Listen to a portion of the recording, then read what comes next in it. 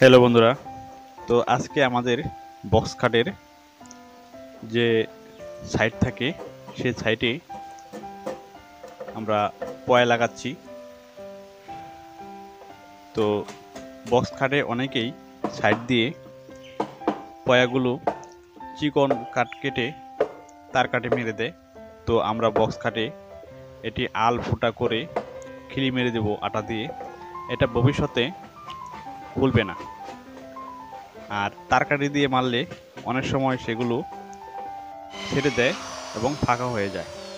তো এই প্রসেসে কাজ করলে কাজগুলো অনেক মজবুত হয় এবং বক্স খাটগুলো শক্তিশালী হয়।